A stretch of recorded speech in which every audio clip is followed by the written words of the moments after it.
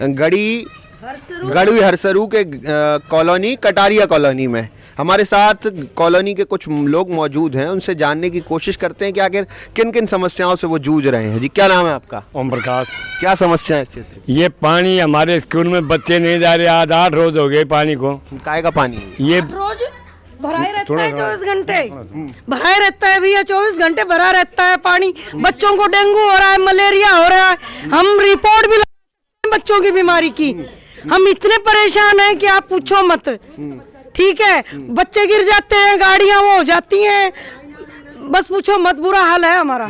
काय का पानी है? ये पानी साडराना की ढाणी है, यहाँ पे ये बहुत पहले से है, कटारिया कॉलोनी बाद में बनी है, लेकिन ये पानी उधर का आ रहा है, नगर निगम में है, मानेसर के उसमें नगर निगम का पानी इधर आ रहा है, ये ग्राम पंचायत में है साडराना की ढाणी। तो यहाँ पे बहुत हम लोग परेशान है भैया।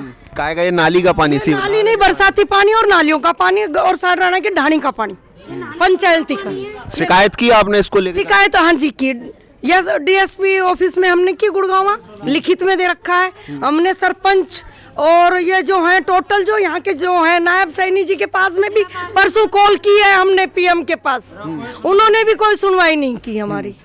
वोट लेने के लिए आ जाते हैं।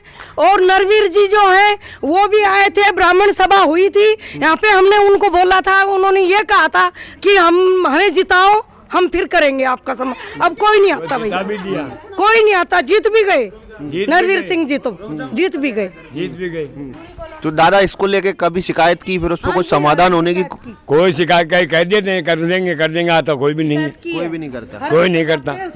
क्या क्या इसके अलावा, जैसे पानी भर गया तो इससे क्या क्या समस्याएं आ रही? इससे बच्चे नहीं जा रहे स्कूल में, हम परेशान हो रहे, खाना नहीं बन रहा, पानी से निकला नहीं जा रहा, रात दिन मलेरिया हो रहे बच्चों का। हम गरीब आदमी बच्चों को सुधार रहे हैं कि अब हम रोटियों का धंधा करें कहीं। ठीक बात है। अब यही अरदास हम तो दाते हैं, वही हो जाएगी समस्या, हो जाएगी समस्या। आज तक ये समस्या पूरी नहीं हुई। सरकार से क्या कहना चाहते हैं आप? सरकार से यही कहना चाहते हैं, भाई हमारे को कुछ सहूलियत तो करो इस पानी की। भैया हरियाणा है, हरियाणा का ये हाल है। गुड़गांव है? हाँ, तो ये हरियाणा में तो है, मेन हरियाणा में गुड़गांव पूरा वर्ल्ड में वो हो रहा है, ये फेमस है। बताओ और क्या करें?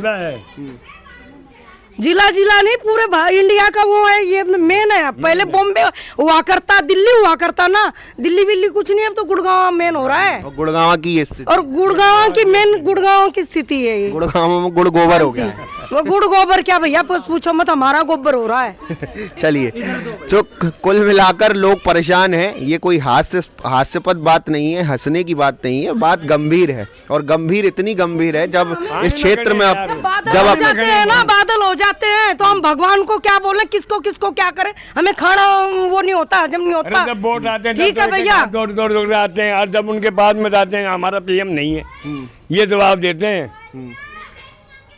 ये कोई तरीका थोड़ी है, जब वोट की कीमत नहीं है तो हमारी क्या कीमत है? ठीक बात है। जनता से ही तो नेता बनता है, इनको छोटा से लेकर बड़ा पहुंचा है। रिक्वेस्ट करते हैं भगवान से, मानसून आए, हम ये रिक्वेस्ट करते हैं, 2 बार जिता दिया, आज तक हमारे को आगे संभाला नहीं। वोट आते हैं तब तो आता है राम राम राम राम, दोबारा से यहाँ के बात ही नहीं करता है। सबट वोट हम एक तरफे वोट देते हैं इसको, और ये हमारी हालत बना रखी है।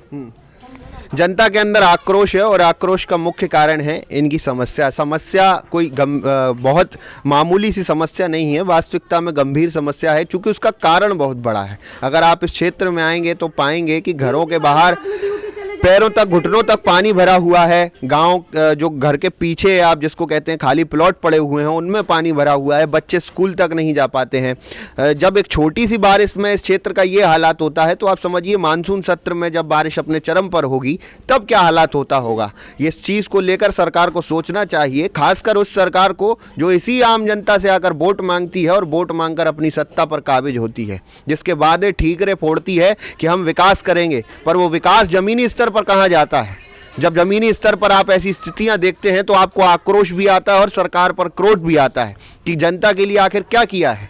इतने 5 साल 10 साल की सत्ता में लोग आकर तालियां ठोकते हैं और कहते हैं कि हम ये कर देंगे वो कर देंगे, और जमीनी स्तर पर कहाँ जाता है ये आपका विकास? तब जनता आक्रोशित होती है और जनता की आंखों में आंसू भी होते हैं और दिल में क्रोध भी होता है। इस क्रोध को शांत करने के लिए सरकार को इस चीज पर सोचना चाहिए उन बच्चों के लिए जो अपनी पीठ पर 10-10 किलो के बस्ते लटकाकर जब स्कूल की तरफ जाते हैं और देश का भविष्य बनाने की कोशिश करते हैं, और उस भविष्य को ना बना पाने के कारण इसी नाली के पानी में आकर कहीं डूब जाते हैं या गिर जाते हैं और अपनी किताबें गीली कर लेते हैं। तो इस पर सरकार को थोड़ा सोचना चाहिए, आम जनता की समस्याओं को सुनना चाहिए। खैर, आप हमें देखते रहिए।